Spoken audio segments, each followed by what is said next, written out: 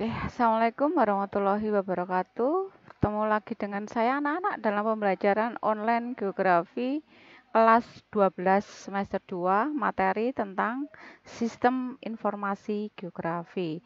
Mengingatkan kembali, jaga diri, jaga kesehatan. Oke, saya lanjutkan tentang materi sistem informasi geografi. Untuk kelas 10 kemarin kita sudah mengetahui tentang sistem informasi geografi atau geografi information system. Pengertian daripada sistem informasi geografi itu merupakan kombinasi perangkat keras dan perangkat lunak komputer yang memungkinkan untuk mengelola, memetakan informasi spasial berikut data atributnya dengan akurasi kartografi, atau sering disebut juga sistem komputer yang digunakan untuk memanipulasi data geografi. Oke. Nah, perangkat daripada SIG itu yang pertama adalah komputer sistem dan software atau sering disebut dengan perangkat keras atau hardware. Perangkat keras SIG itu adalah perangkat-perangkat fisik yang merupakan bagian dari sistem komputer yang mendukung analisa geografi dan pemetaan. Perangkat keras SIG terdiri dari beberapa bagian untuk menginput data, mengolah data, dan mencetak hasil proses. Berikut ini pembagian berdasarkan prosesnya, yaitu input data, yaitu mouse, digitizer, scanner. Sekarang olah data, yaitu hard disk, prosesor, RAM, VGA cards. Kalau output data, keluaran datanya, yaitu plotter, printer, dan scanning. Sedangkan perangkat lunak, softwarenya, perangkat lunak digunakan untuk melakukan proses menyimpan, menganalisa, memvisualisasikan data-data, baik data spasial maupun non-spasial. Perangkat lunak yang terdapat dalam komponen software SIG itu alat untuk memasukkan dan memanipulasi data SIG. Yang kedua adalah database atau manajemen sistem. Yang keempat adalah alat untuk menganalisa data-data dan alat untuk menampilkan data dan hasil analisa. Itu komponen sistem informasi geografi. Oke, sekarang yang kedua adalah data.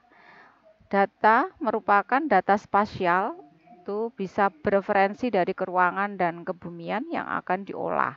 Pada prinsipnya terdapat dua jenis data untuk mendukung SIG, yaitu data spasial itu adalah data gambaran nyata suatu wilayah yang terdapat di permukaan bumi, umumnya direpresentasikan berupa grafik, peta, gambar dengan format digital dan disimpan dalam bentuk koordinat X dan Y atau vektor dan dalam bentuk image atau raster yang memiliki nilai tertentu. Terus ada data non-spasial atau atribut. Adalah data berbentuk tabel di mana tabel tersebut berisi informasi-informasi yang dimiliki oleh objek dalam data spasial. Data tersebut berbentuk data tabular yang saling terintegrasi dengan data spasial yang ada. Yang ketiga adalah data manajemen dan analisis prosedur. Manajemen data dan analisis prosedur oleh database management system. Yang keempat, people, orang, entitas sumber data manusia yang akan mengoperasikan SIG. Manusia merupakan inti elemen dari SIG karena manusia adalah perencana dan pengguna dari SIG. Yang kelima, metode. Metode yang digunakan dalam SIG akan berbeda untuk setiap permasalahan. SIG yang baik tergantung pada aspek desain dan aspek realnya. Ini salah satu dari subsistem SIG. SIG itu intinya adalah manipulasi dan analisis data. Ada output, manajemen data, dan input. Input masukannya di manajemen, lalu keluar sebagai output data. Oke, data manajemen itu adalah subsistem ini mengorganisasikan data spasial dan atribut ke dalam sebuah basis data sedemikian rupa sehingga mudah dipanggil, diupdate, dan diedit. Data manipulasi and analysis. Subsistem ini menentukan informasi-informasi yang dapat dihasilkan oleh SIG. Selain itu, subsistem ini juga melakukan manipulasi dan permodelan data untuk menghasilkan informasi yang diharapkan. Contoh aplikasi Geography Information System atau sistem informasi geografi di beberapa bidang. Yang pertama adalah pengelolaan fasilitas.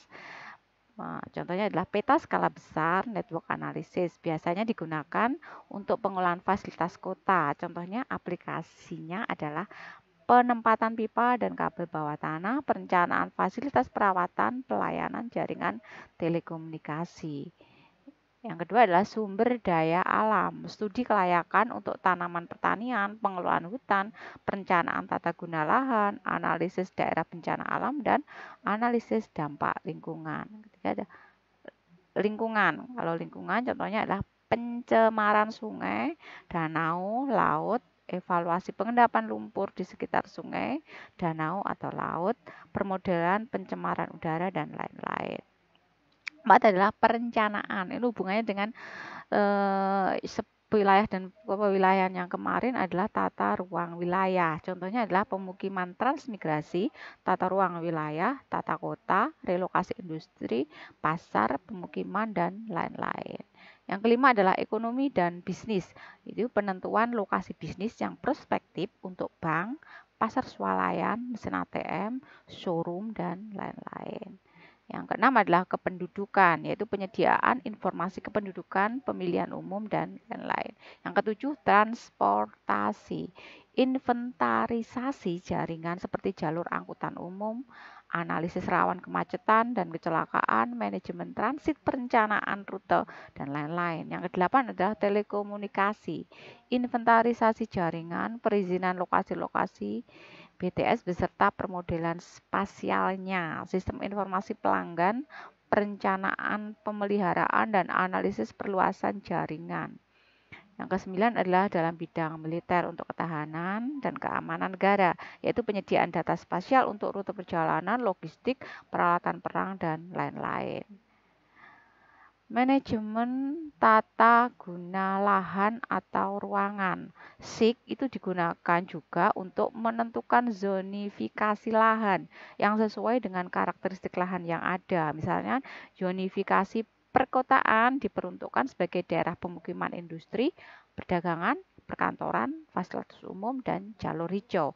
Sedangkan zonifikasi pedesaan lebih banyak mengarahkan ke sektor pertanian dan pemukiman. Selain itu, SIG digunakan untuk memanfaatkan ruang agar sesuai dengan kondisi fisik dan sosial yang ada. Misalnya penataan ruang perkotaan, pedesaan, pemukiman, kawasan industri, dan kawasan pertanian. Contohnya di bawah ini. Seperti peta di bawah ini. Oke, selanjutnya adalah inventarisasi sumber daya alam.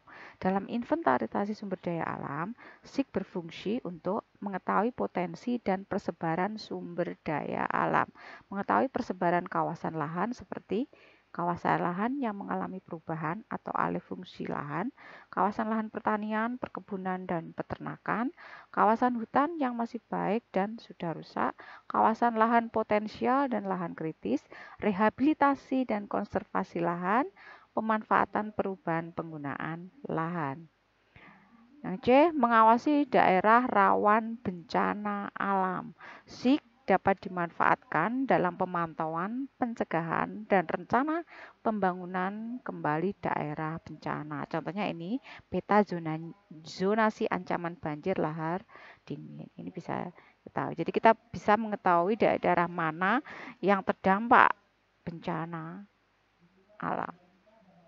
Oke, yang ketiga adalah bidang sosial budaya.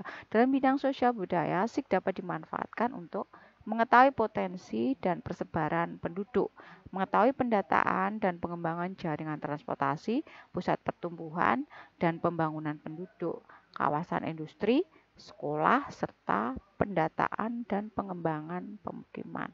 Yang E, pengolahan lingkungan.